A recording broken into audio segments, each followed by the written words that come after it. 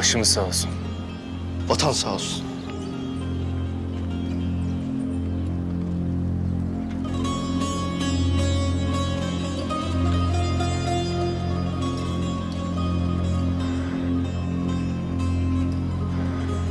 İyi misiniz? İyiyiz komutanım. İyiyiz komutanım.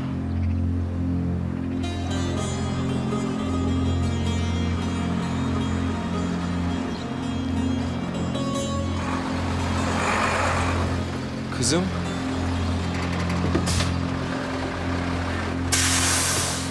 Baba! Nazlı. Baba! Baba! Çok Kızım. korktum baba. Canım. Canım benim. Canım kızım. Çok korktum baba. Korkma. Ben yanındayım. Bak. Bak elime ne yaptılar. Hadi gel. Gel hemen. Gel kızım.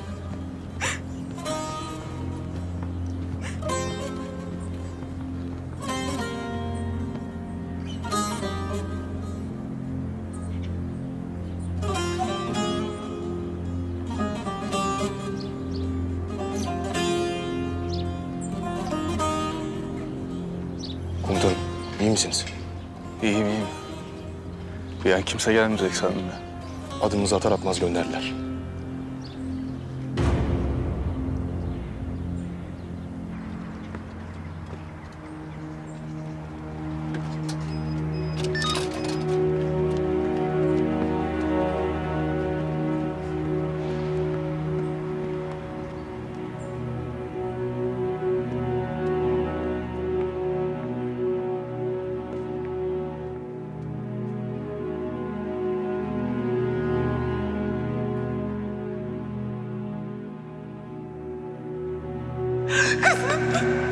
Anne!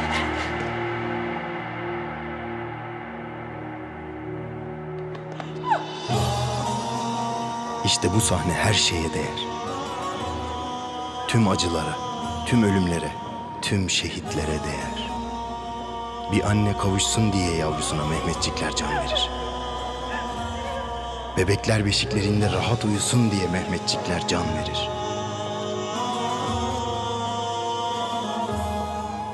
Şanlı bayrak gökte sonsuza kadar dalgalansın diye Mehmetçikler can verir.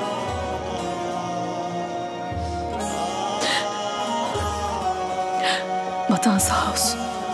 Ve her gün binlerce Mehmetçik doğsun diye yine Mehmetçikler can verir.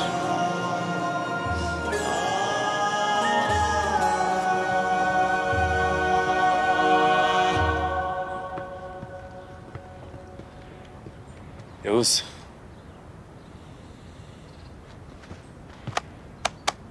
Çok sağ ol. Siz sağ olun komutanım. Komutanım Köse öldü. Görüşürüz. Nereye? Kendime yeni bir iş bulacağım komutanım.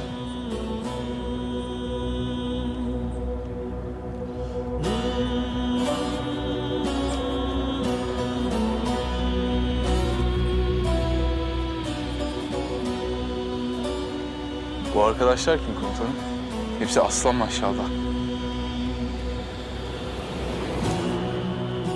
Özel bir göreve atanan tim elemanları. Başlarında henüz bir komutan yok. Biz komutanımızı bulduk komutanım.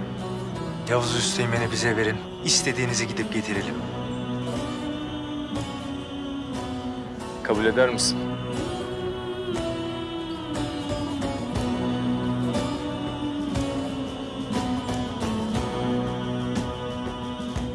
Ajandama bakmam lazım komutanım. Git üniformanı giy. Böyle gezinme buralarda. Burası askeriye, Dingo'nun ahırı değil. Emredersiniz komutanım.